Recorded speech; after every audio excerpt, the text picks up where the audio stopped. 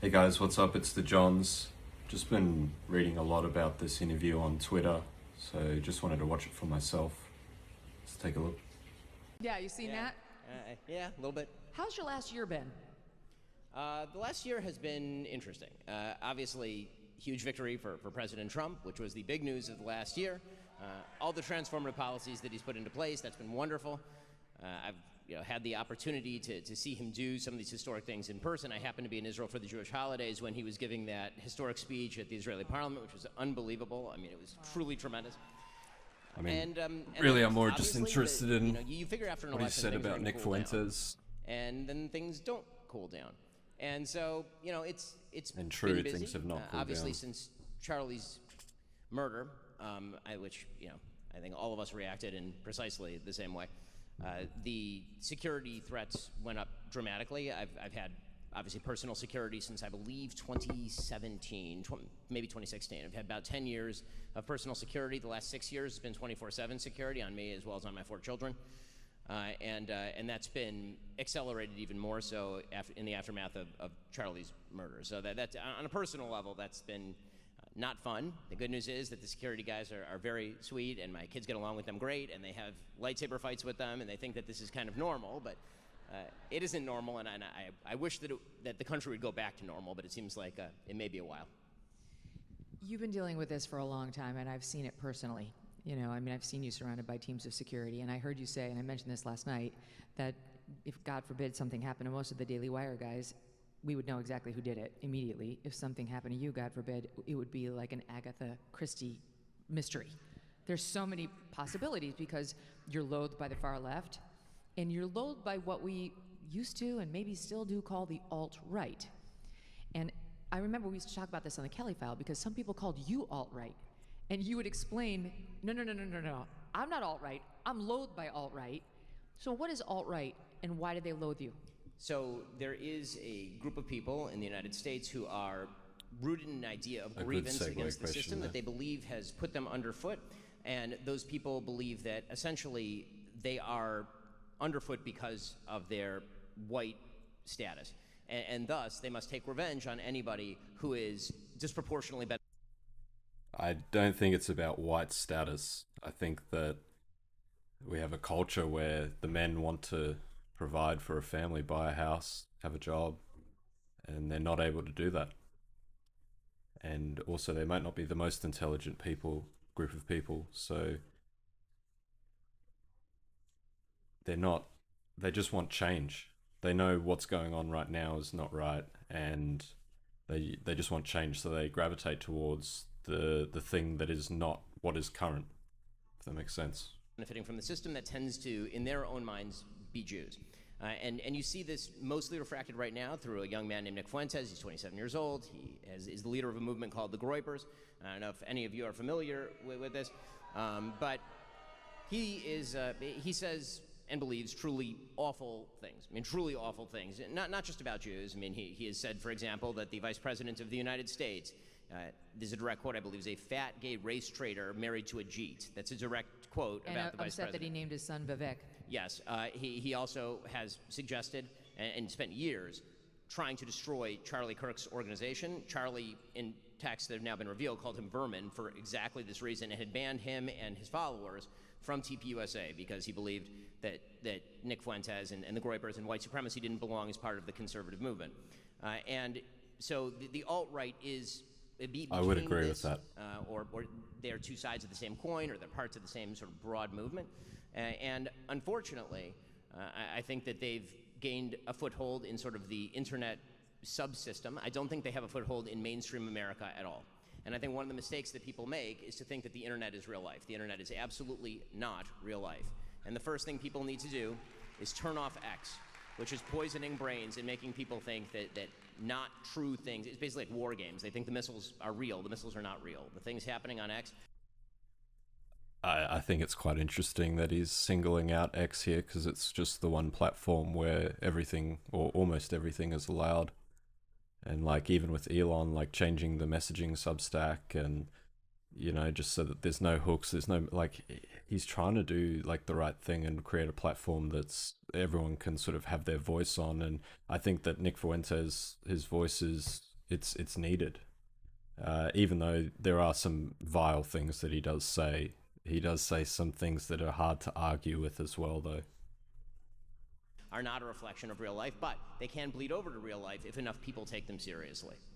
So you and I have talked about Nick Fuentes many times over the years in our many appearances together, and that's how I knew about him, because he was saying absolutely terrible things about you.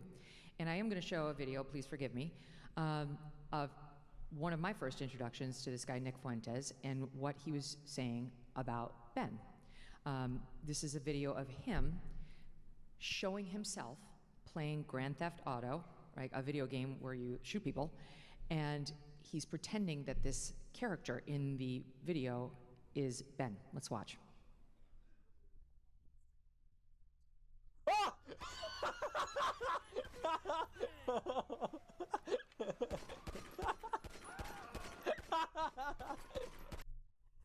I mean, I just think this is so juvenile. Like, he's streaming on Twitch or something probably, and he's much younger. He's playing a video game, dude. Oh, that's funny. Like, I wouldn't call this inciting violence. It's a violent game. It is what it is. That's funny. Yeah, that makes me He laugh. could also be laughing laugh. about something that someone That's a funny said, or not actually the gameplay itself. What a chance encounter that was. I think I just saw Ben Shapiro. And it goes like, on. you know, It goes on. I just think it's so juvenile to just. I mean, it's not really defamation, is it? It's just a smear campaign. I would hate for people to believe that the Nick Fuentes sort of, my problems with Nick Fuentes are about me, because they really are not. They are about the fact that Nick Fuentes is a truly horrifying person who believes truly horrifying things. And again, there is a reason why Charlie Kirk despised him. There is a reason why every mainstream political commentator has been highly critical of him. It's the reason why these are not arguments. This is not a person who's making arguments. He is a Hitler-loving troll, and I say that. He's asking questions that no one else is asking, though, and ones that no one's really giving any answers to. Advisedly, he literally says on his show that he loves Adolf Hitler. Okay, so the reason again, this has just come more up smear. in recent weeks is because Tucker, your guest last night, decided to have him on last week and to completely gloss him, in my opinion.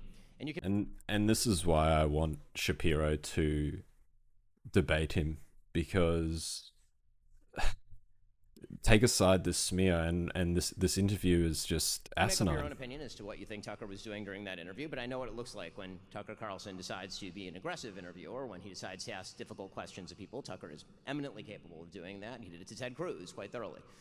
But he decided, for any number of reasons, and I try not to attribute motivations to people, that he was going to treat Fuentes with kid gloves, that he was going to not ask him about any of the things that I've just mentioned, literally any of them, and to essentially normalize Fuentes, act as a sort of gateway drug, or as and what I've called Tucker as an ideological launderer of bad ideas over the last couple of years. And this is not coming from a place of animus for Tucker on a personal level. I've known Tucker for a very long time. Tucker and I, whenever we're in personal situations, we get along great. I think I saw that Tucker talked about how we were at Charlie's memorial in the vice president's box together, and he's correct. I mean, we saw each other, we said hello, we talked, it was very friendly, and all of that.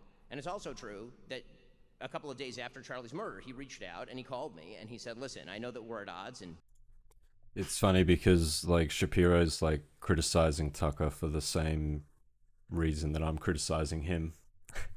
It's just quite funny. you know, we've been at odds for a number of reasons. Like, if you wanna ask him the questions that you want to ask him, then you interview him. Why are you criticizing the way that Tucker interviews? I mean, he interviews everybody. He interviews Putin, like, for Christ's sake. Like, you know, he just wants to hear everyone's voice and actually hear what people are talking about, and not be so juvenile about and watch clips and actually just hear what the person has to say.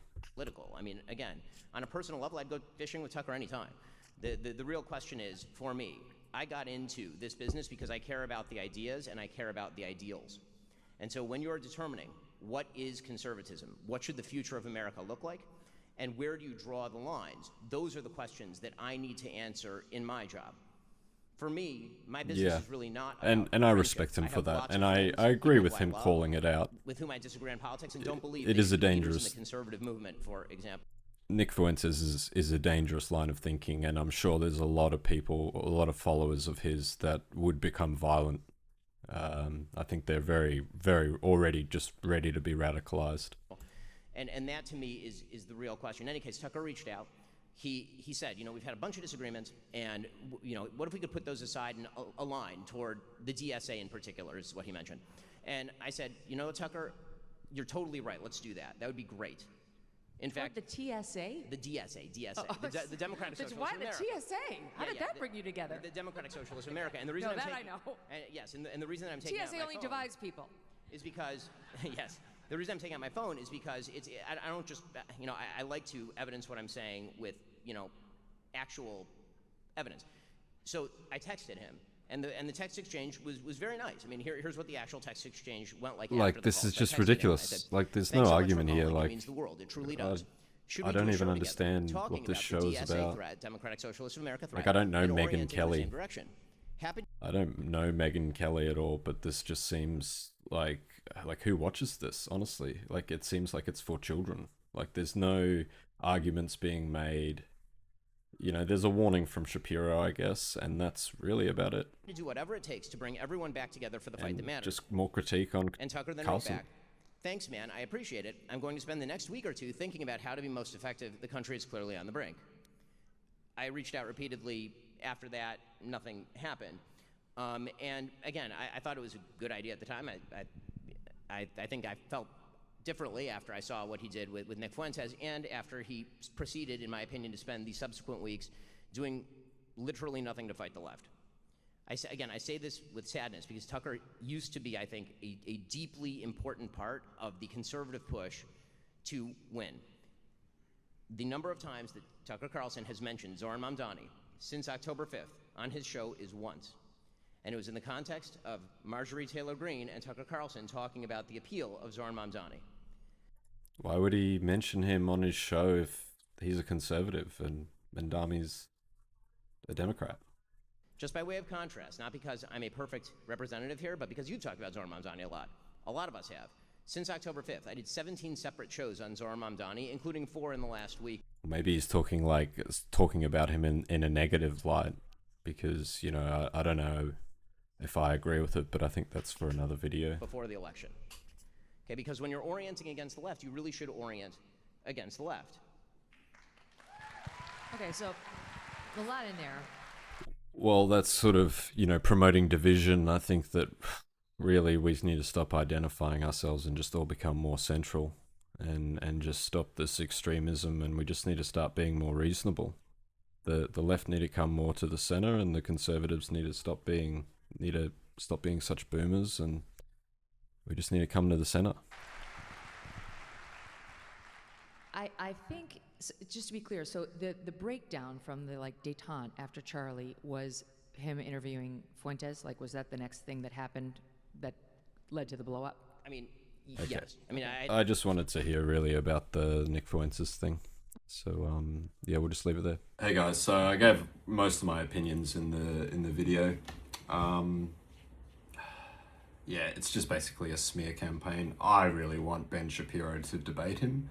If he's dissatisfied with the way that Tucker has interviewed, then he should do it himself. And honestly, I think that he's afraid because Nick won't back down from the questions that he's going to ask. He won't let Ben get away from the questions about Israel that he has. And that's why I think Ben is afraid to debate him, or to interview him, have him on his own show. Maybe he doesn't want to give him a platform, but he's already said that, he thinks that Nick shouldn't be cancelled. He thinks that, there is the freedom of speech. That's another conversation for another day. But as for, again, just a bit more in depth of why I think men are flocking to guys like Nick Fuentes, is that it's the most extreme thing they can think of, and it's not aligned with current practices. So they're looking for basically, the furthest thing away from what we're getting at the moment. The fact of the matter is that we need to provide a better society for young men to buy houses, to be able to provide for their family and not have to work 2 jobs. I've got friends doing that, and they just have very little time for themselves, and it's disappointing to see that we can't just work a 40-hour week and just save up a bit and buy a house. I know it's not supposed to be easy when the house price is 25 times or 20 times your salary. It's just impossible. So we really, and this is the problem that we're leading into, right? Because the left is been just way too radical. We've been far too accepting of everyone. The whole gender ideology thing, the woke mind virus. I'm glad that we're starting to move away from it, but people tend to, find it difficult to let go. And I think that there's going to be an overcorrection if we're not careful. We're going to elect someone that, some of the ideologies that Nick has, I don't agree with. These are going to come forward, and someone like that's going to be elected. And, as for Trump, I'm disappointed, basically, because I thought we were going to get a bigger dictator. He's been very placid in my eyes. I think I was hoping he would do more, but he's done so much, and I'm still a big supporter of that. So I think that as for what we do with the economy, I think we need to look at the monetary system and all of this speculative financial nonsense that we have, and we need to go back to a gold standard or something like that. But thanks for tuning in, guys, and catch you on the next one.